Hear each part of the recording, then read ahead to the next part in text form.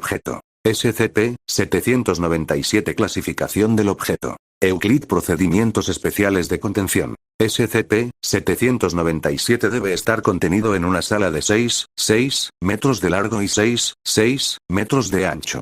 Las paredes, incluido el suelo y el techo, deben tener un grosor mínimo de 10 centímetros. La sala debe ser hermética, con un sistema de filtración para limpiar el aire de cualquier bacteria. Cada 7 días, un cadáver humano de cualquier edad, condición, género o raza debe depositarse en la contención de SCP-797. Después de un período de 24 horas, el cadáver debe ser eliminado. Bajo ninguna circunstancia el personal debe interactuar con SCP-797. Si SCP-797 entra en un estado de furia, SCP-797-01 se eliminará por incineración y se enviará un nuevo cadáver, lo que provocará un reajuste del horario. Descripción. SCP-797 es un objeto de forma ovalada atraído por humanos moribundos o recién fallecidos. SCP-797 se encuentra casi siempre con SCP-797-01, un conjunto de carne humana de varios cadáveres. Cuando está acompañado por SCP-797-01, el sujeto intentará interactuar con cualquier ser humano que ingrese a su contención. Las pruebas realizadas con SCP-797 revelan que no reacciona a cuerpos no humanos, aunque se sabe que confunde órganos de otros animales con humanos, siempre que el órgano tenga un tamaño y forma comparable a la de un ser humano. El sujeto parece tener una comprensión de la anatomía humana e intentará interactuar con cualquier personal que ingrese a su contención, con diversos grados de éxito.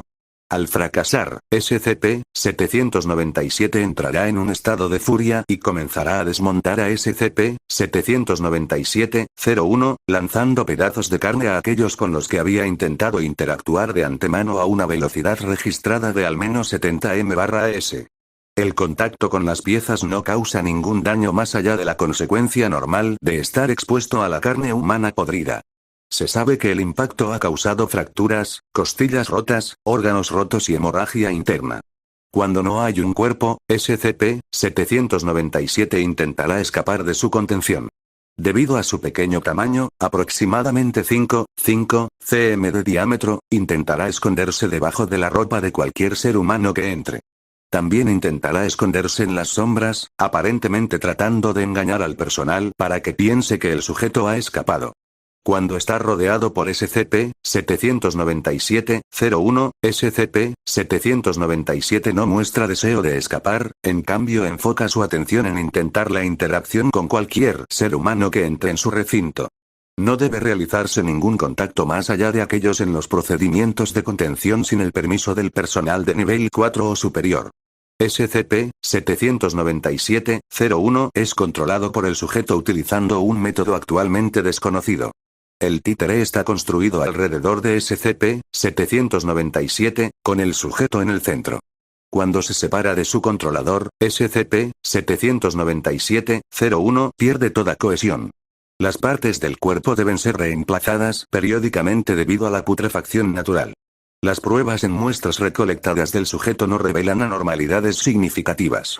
En raras ocasiones, el sujeto intentará usar SCP-797-01 para hablar, produciendo un sonido censurado acompañado de una liberación de bacterias en el aire. Si ocurre esta situación, no menos de 3 agentes deben realizar el procedimiento 797-A. SCP-797 fue encontrado en un hospital local en Nunavut, Canadá.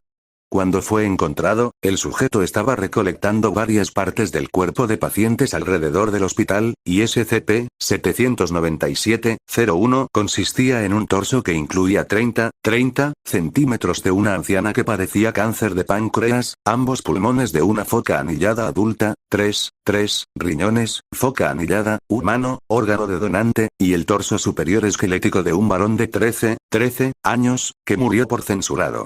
El hospital fue evacuado y a todos los ciudadanos involucrados se les proporcionaron amnésticos clase B. Nexo. Nota del Dr. KMS. Solicito permiso para acercarme a SCP-797 durante censurado meses.